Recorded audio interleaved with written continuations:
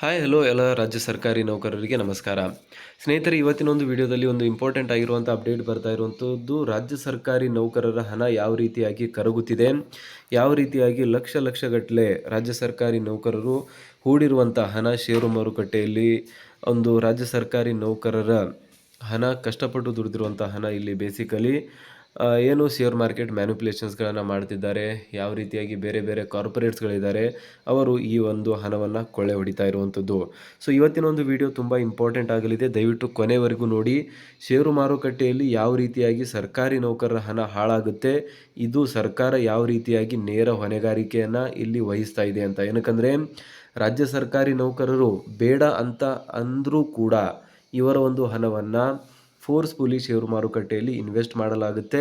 So ಒಂದು ಕಡೆ ಬಾಯ್ ಮಾಡ್ತಾಯಿದ್ರೆ ಇನ್ನೊಂದು ಕಡೆ ಬೇರೆ ಸೆಲ್ಲರ್ಸ್ ಎಲ್ಲ ಸೆಲ್ ಮಾಡಿ ನಮ್ಮ ಒಂದು ಹಣವನ್ನು ಕೊಳ್ಳೆ ಹೊಡಿತಾ ಇರುವಂಥ ಒಂದು ಕೆಲಸ ಆಗ್ತಾ ಇದೆ. ಅದ್ರ ಜೊತೆಗೇ ಯಾವ ರೀತಿಯಾಗಿ ಷೇರು ಮಾರುಕಟ್ಟೆ ಬಿದೋಗ್ತಾ ಇದೆ, ಆ ಎಲ್ಲ ಒಂದು ವಿಷಯಗಳಿಗೆ ಸಂಬಂಧಿಸಿದಂತೆ ಇವತ್ತಿನ ಒಂದು ವಿಡಿಯೋದಲ್ಲಿ ನಾವು ಡಿಸ್ಕಷನ್ನ ಮಾಡೋಣ. ಸೊ ಹಾಗಾಗಿ ವಿಡಿಯೋನ ಕೊನೆವರೆಗೂ ನೋಡಿ. ಆ್ಯಂಡ್ ಚಾನಲ್ನ ಇನ್ನೂ ಸಬ್ಸ್ಕ್ರೈಬ್ ಆಗಿಲ್ಲ ಅಂದರೆ ದಯವಿಟ್ಟು ಸಬ್ಸ್ಕ್ರೈಬ್ ಮಾಡ್ಕೊಳ್ಳಿ. ಸರ್ಕಾರಿ ನೌಕರರು ಮತ್ತು ಪಿಂಚಣಿದಾರರಿಗೆ ಉಪಯುಕ್ತವಾಗಿರುವಂಥ ಮಾಹಿತಿಯನ್ನು ನಾವು ಕೊಡ್ತಾ ಇರ್ತೇವೆ. ಸೊ ಬೇಸಿಕಲಿ ಮೊಟ್ಟ ಮೊದಲನೇ ಒಂದು ಪ್ರಶ್ನೆ ಅಂದರೆ, ಷೇರು ಮಾರುಕಟ್ಟೆಯಲ್ಲಿ ಸರ್ಕಾರಿ ನೌಕರರು ಯಾವ ರೀತಿಯಾಗಿ ಹೂಡಿಕೆ ಮಾಡ್ತಿದ್ದಾರೆ. ನೀವಂತೂ ಡೈರೆಕ್ಟಾಗಿ ಹೂಡಿಕೆ ಮಾಡುತ್ತಿರಲಿಲ್ಲ ಅಂದರೂ ಕೂಡ ನಿಮ್ಮ ಒಂದು ಹಣ ಷೇರು ಮಾರುಕಟ್ಟೆಯಲ್ಲಿ ಇದ್ದೇ ಇರುತ್ತೆ, ನೀವು ಸರ್ಕಾರಿ ನೌಕರರಿದ್ದರೆ. ಏನಕ್ಕಂದರೆ ನಿಮ್ಮ ಒಂದು NPS ವಂತಿಗೆಯನ್ನು ಕಟಾವು ಮಾಡಲಾಗುತ್ತೆ. NPS ವಂತಿಗೆ ಕಟಾವು ಮಾಡಿದ್ರೆ ಅದನ್ನು ಥರ್ಡ್ ಪಾರ್ಟಿ ಹೆಡ್ಜ್ ಫಂಡ್ಗಳ ಮೂಲಕ ಷೇರು ಮಾರುಕಟ್ಟೆಯಲ್ಲಿಯೇ ಹೂಡಿಕೆ ಮಾಡಲಾಗುತ್ತೆ. ಸೊ ನೌಕರರಲ್ಲಿ ಹೆಚ್ಚಿದ ಆತಂಕ, ಹಳೆಯ ಪಿಂಚಣಿ ಮರುಜಾರಿಗಾಗಿ ಪಟ್ಟು ಕರಗುತ್ತಿದೆ NPS ನಿಧಿ ಅಂತ. ಸೊ ಏನು ಮಾಡ್ತಾರೆ ಅಂದರೆ, ನಿಮ್ಮ ಒಂದು ಹಣ 10% ಸರ್ಕಾರಿ ನೌಕರರ ವಂತಿಗೆ, 14% ಸರ್ಕಾರದ ವಂತಿಗೆ, ಟೋಟಲ್ 24% ಪ್ರತಿ ತಿಂಗಳು ಈ ಒಂದು ಹಣವನ್ನು ಕಟಾವು ಮಾಡಿ ಥರ್ಡ್ ಪಾರ್ಟಿ ಹೆಡ್ಜ್ ಫಂಡ್ಗಳಿಗೆ, LIC ಈ ರೀತಿಯಾದಂಥ ಒಂದು ಮ್ಯೂಚುವಲ್ ಫಂಡ್ಗಳಿರುತ್ತೆ, ಆ ಒಂದು ಮ್ಯೂಚುವಲ್ ಫಂಡ್ಗಳಿಗೆ ನೀಡಲಾಗುತ್ತೆ. ಆ ಒಂದು ಫಂಡ್ಗಳು ಆ ಹಣವನ್ನು ಷೇರು ಮಾರುಕಟ್ಟೆಯಲ್ಲಿ ಇನ್ವೆಸ್ಟ್ ಮಾಡ್ತಾರೆ ಮತ್ತು ಅದರಿಂದ ಬಂದಿರುವಂಥ ಬಡ್ಡಿ ಹಣದಲ್ಲಿ ಸರ್ಕಾರಿ ನೌಕರರಿಗೆ ಪಿಂಚಣಿಯನ್ನು ನೀಡುವಂಥ ಕೆಲಸ ಮಾಡ್ತಾರೆ. ಸೊ ಬಡ್ಡಿ ಯಾವಾಗ ಜಾಸ್ತಿ ಬರುತ್ತೆ ಅಂದರೆ, ಯಾವಾಗ ಷೇರು ಮಾರುಕಟ್ಟೆ ಮೇಲೆ ಹೋಗುತ್ತೆ ಆವಾಗ ಜಾಸ್ತಿ ಬರುತ್ತೆ, ಯಾವಾಗ ಷೇರು ಮಾರುಕಟ್ಟೆ ಕೆಳಗೆ ಬೀಳುತ್ತೆ ಆವಾಗ ಯಾವುದೇ ರೀತಿಯಾದಂಥ ಬಡ್ಡಿ ಬರೋದಿಲ್ಲ. ಇರುವಂಥ ಕ್ಯಾಪಿಟಲ್ನಲ್ಲಿ ನಿಮ್ಮ ಒಂದು 10 ಲಕ್ಷ ಜಮೆ ಆಗಿದ್ದರೆ ಆ ಒಂದು 10 ಲಕ್ಷ ಏನು ಗಂಟಿದೆ ಅದರಲ್ಲಿಯೇ ಕಮ್ಮಿ ಆಗುತ್ತೆ. 1 ಲಕ್ಷ ಲಾಸ್ ಆದರೆ 9 ಲಕ್ಷ ಉಳಿಯುತ್ತೆ, 9 ಲಕ್ಷದಲ್ಲಿ ಮತ್ತೊಂದು ಲಕ್ಷ ಲಾಸ್ ಆದರೆ 8 ಉಳಿಯುತ್ತೆ. ಸೊ ಹಂಗಂದರೆ ನಿಮಗೆ ಪ್ರಾಫಿಟ್ ಬರುತ್ತೋ ಅಥವಾ ಇಲ್ಲ ಗೊತ್ತಿಲ್ಲ, ಆದರೆ ಇರುವಂಥ ಒಂದು ಕ್ಯಾಪಿಟಲಲ್ಲಿಯೂ ಕೂಡ ಲಾಸ್ ಆಗಬಹುದು.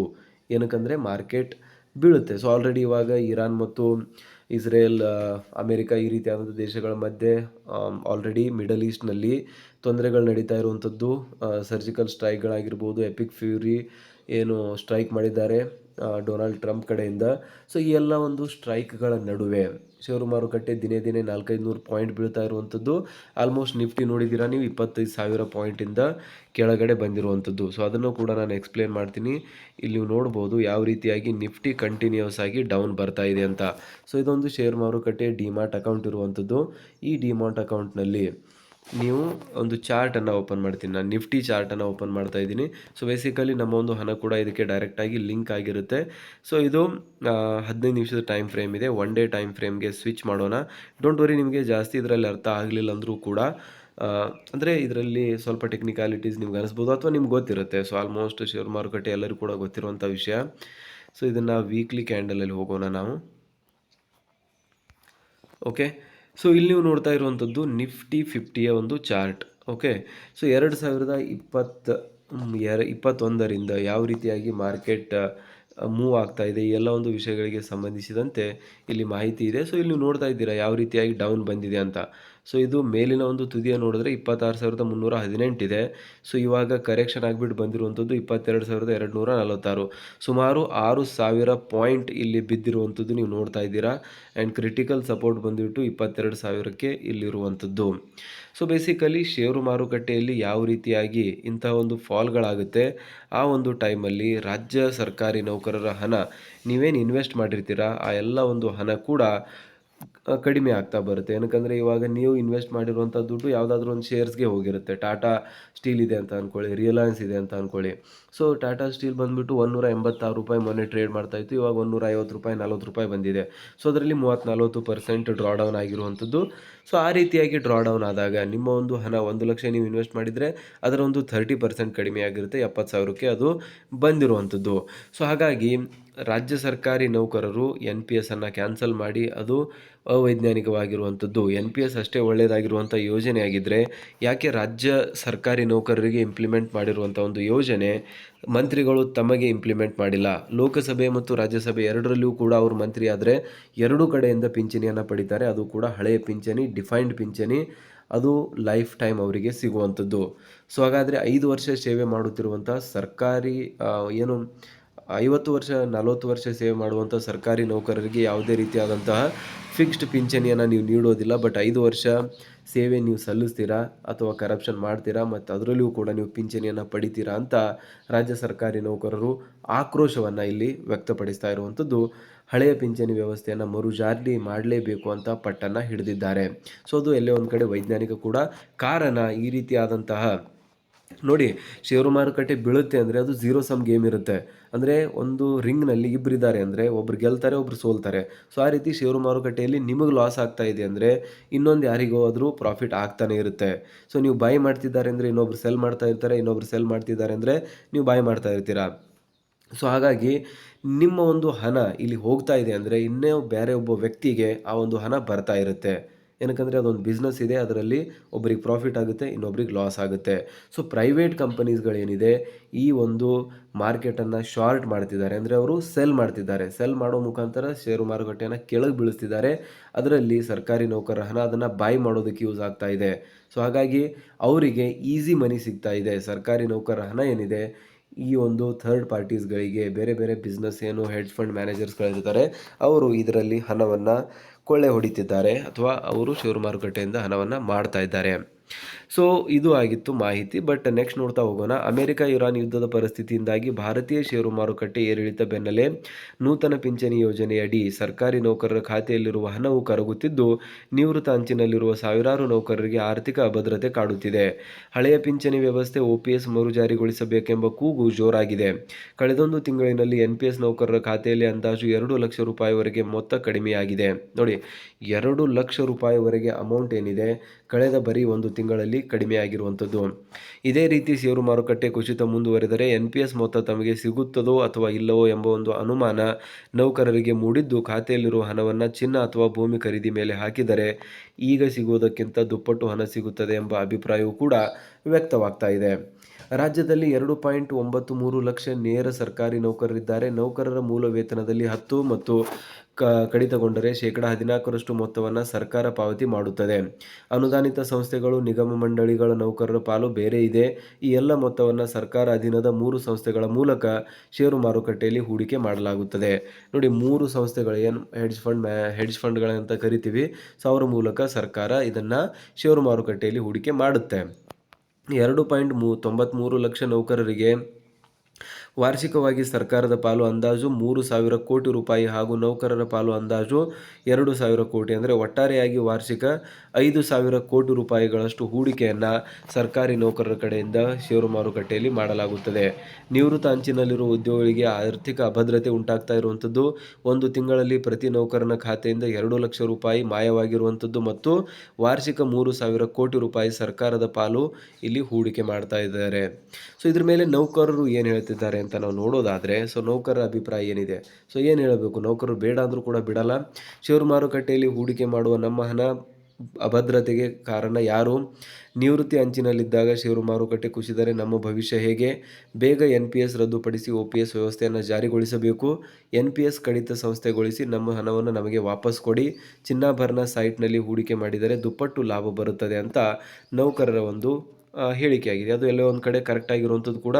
ಏನಕ್ಕಂದರೆ ಈ ಒಂದು ಷೇರು ಮಾರುಕಟ್ಟೆಯಲ್ಲಿ ಇನ್ವೆಸ್ಟ್ ಮಾಡೋದಕ್ಕಿಂತ ಯಾವುದಾದ್ರೂ ಒಂದು ಚಿನ್ನಾಭರಣ ಕೊಂಡ್ರೆ ಅಥವಾ ಭೂಮಿಯನ್ನು ತೆಗೆದುಕೊಂಡ್ರೂ ಕೂಡ ಯಾವುದೇ ರೀತಿಯಾದಂತಹ ತೊಂದರೆ ಆಗೋದಿಲ್ಲ. ಹಣ ಜಾಸ್ತಿ ಆಗುತ್ತೆ ಅಥವಾ ಕಡಿಮೆ ಅಂತರೂ ಆಗೋದಿಲ್ಲ, ಜಾಸ್ತಿ ಆಗುತ್ತೆ.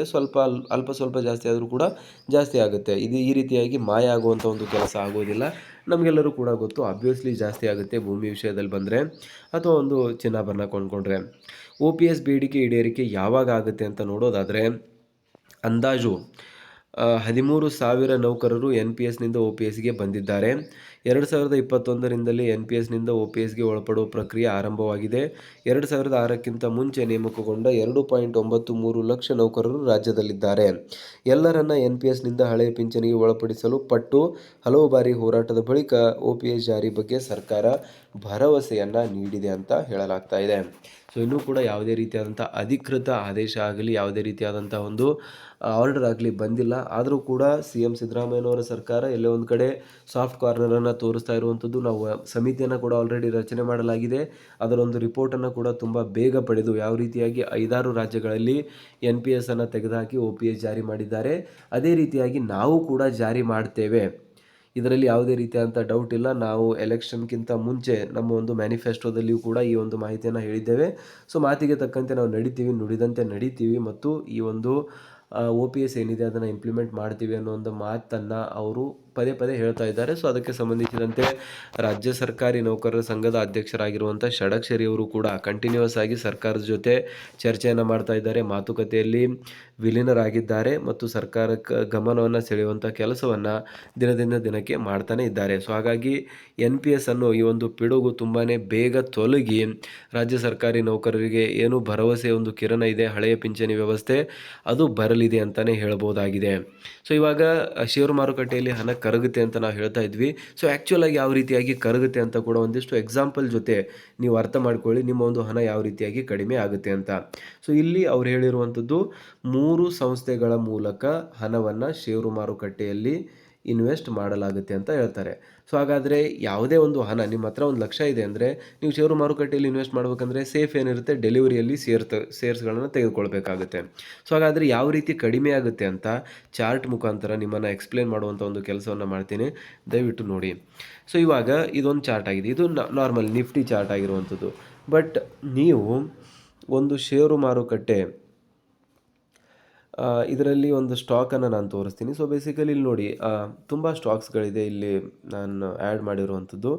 ಬಟ್ ನಮಗೆ ಗೊತ್ತಿರುವಂಥ ಒಂದು ಸ್ಟಾಕನ್ನು ನಾವು ನೋಡೋಣ. So bank of Baroda. So ಎಲ್ಲರೂ ಕೂಡ ಬ್ಯಾಂಕ್ ಆಫ್ ಬರೋಡಾ ಗೊತ್ತಿರುವಂಥ ಒಂದು ವಿಷಯನೇ. ಸೊ ಬ್ಯಾಂಕ್ ಆಫ್ ಬರೋಡಾ ನೀವೆಲ್ಲರೂ ಕೂಡ ಯೂಸ್ ಕೂಡ ಮಾಡ್ತಾ ಇರ್ತೀರಾ. ಸೊ ಅದ್ರ ಬಗ್ಗೆ ನೋಡೋಣ. ಸೊ ಇದರಲ್ಲಿ ಏನಾಗುತ್ತೆ ನೋಡಿ. So for example 1 day chart ಫ್ರೇಮ್ಗೆ ನಾವು ಶಿಫ್ಟ್ ಆದರೆ ಇಲ್ಲಿ ಯಾವ ರೀತಿಯಾದಂಥ ಒಂದು ತೊಂದರೆ ಸರ್ಕಾರಿ ನೌಕರರಿಗೆ ಆಗುತ್ತೆ ಅಂತ ಯಾವ ರೀತಿ ಆಗುತ್ತೆ ಅಂತ ನಾವು ನೋಡೋದಾದರೆ ಇಲ್ಲಿ ನೋಡಿ, ಒಂದು ನಿಮಿಷ ಈ ಚಾರ್ಟ್ ಓಪನ್ ಆಗ್ತಾ ಇದೆ. ಸೊ ಇದು ಓಪನ್ ಆದ ತಕ್ಷಣ ನಿಮಗೆ ಇದನ್ನು ಎಕ್ಸ್ಪ್ಲೇನ್ ಮಾಡ್ಬೋದು.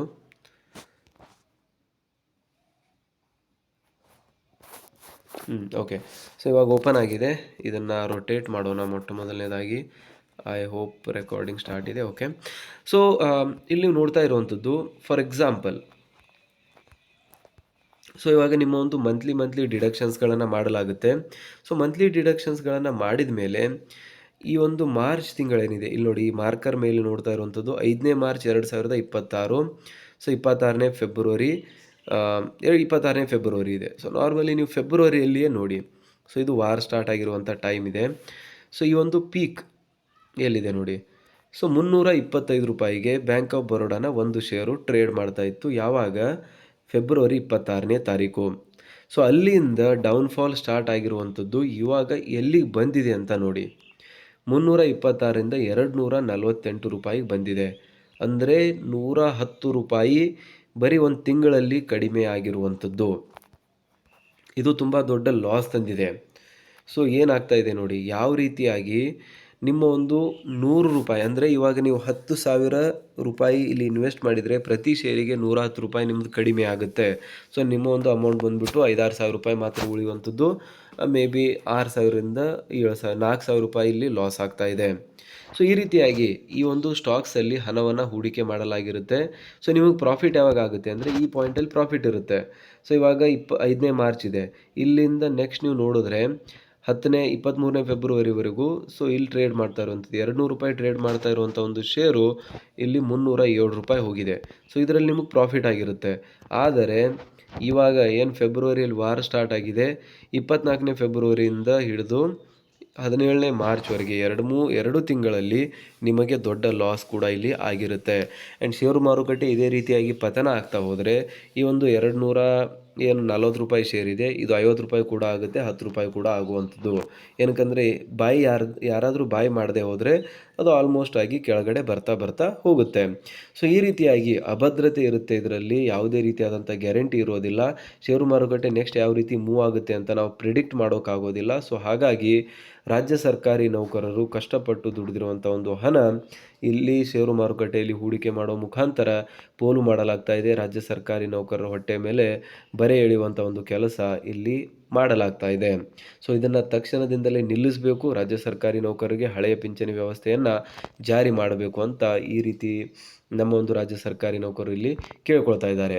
ಸೊ ಈ ಒಂದು ವಿಚಾರ ನಿಮ್ಗೆ ಅರ್ಥ ಆಗಿದೆಯಾ ಅಥವಾ ಇದರಲ್ಲಿ ಏನಾದರೂ ಡೌಟ್ಸ್ ಇದ್ದರೆ ದಯವಿಟ್ಟು ಕಮೆಂಟಲ್ಲಿ ತಿಳಿಸಿ. ಮತ್ತು ಸರ್ಕಾರ ಈ ರೀತಿ ನಮ್ಮ ಒಂದು ಹಣವನ್ನು ಷೇರು ಮಾರುಕಟ್ಟೆಯಲ್ಲಿ ಹೂಡಿಕೆ ಮಾಡುವುದು ಎಷ್ಟು ಸಮಂಜಸ, ಇದರಿಂದ ಸರ್ಕಾರಕ್ಕೆ ಲಾಭ ಆಗ್ತಾ ಇದೆ ಆದರೆ ಸರ್ಕಾರಿ ನೌಕರರಿಗೆ ಎಷ್ಟು ನಷ್ಟ ಆಗ್ತಾ ಇದೆ ಅಂತ ನೀವು ಕಮೆಂಟಲ್ಲಿ ತಿಳಿಸಿ. ಸಿಗೋಣ ಮುಂದಿನ ವಿಡಿಯೋದಲ್ಲಿ. ಜೈ ಹಿಂದ್, ಜೈ ಕರ್ನಾಟಕ.